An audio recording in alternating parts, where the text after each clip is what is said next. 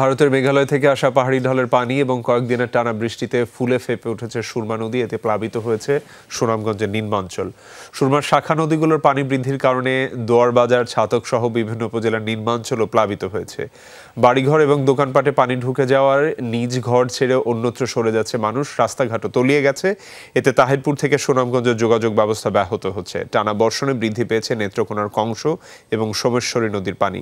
কলমাকান্দা উপজেলার অন্তত 5টি গ্রামে পানি ঢুকতে শুরু করেছে। বিপদসীমা ছুঁই ছুঁই করছে সিলেটের কুশিয়ারা, লোভা এবং সারি নদীর পানি।